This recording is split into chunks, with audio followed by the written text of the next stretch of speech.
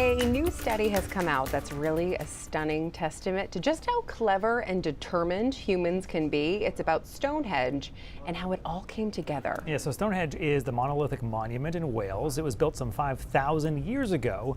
Its exact use is not known, but it's aligned in such a way that the rising sun of the summer solstice shines through one rocky arch, and the setting sun of the winter solstice shines through another.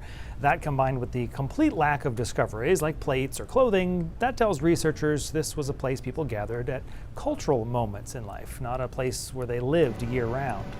And while we may never know what these people built Stonehenge for, we are learning more about what they built it from.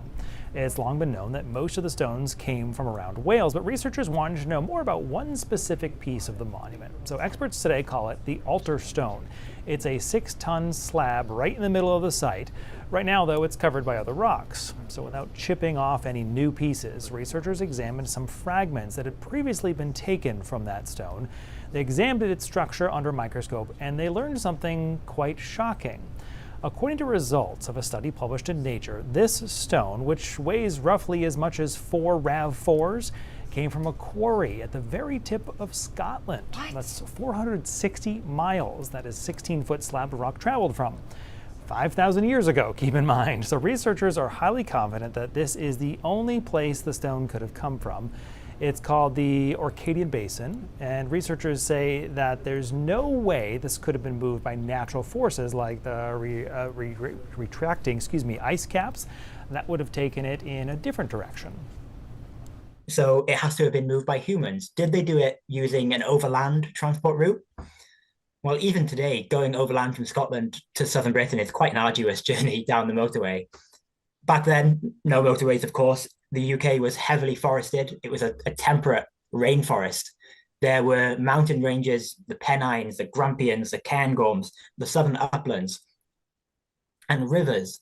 These combined would have been formidable barriers for any movement, let alone with a 6-ton boulder that you're carrying, which for us left the option of marine transport as a feasible, really credible option for this transport south.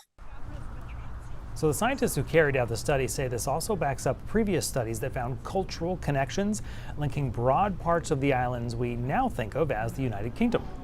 This kind of an achievement is stunning, but experts say it's a mistake to think that a community of people 5,000 years ago could not have transported this stone. Humans like you and me have been around for 100,000 years.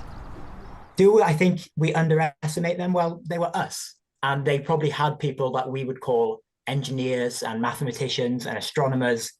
And perhaps they had people that moved rock for a living. So they were us, but they just didn't have power tools. So it really does speak to what you were saying before of we got some answers. Now there's a lot more questions about how that part of it came about. Yeah. You know, I wish we could ask them because it would be hilarious if they were like, I don't know why you guys are making such a big deal out of this. We just wanted to move our rocks out of our yard. Right. Like, yeah, we didn't want them anymore. The answers would be so helpful all the time. Great.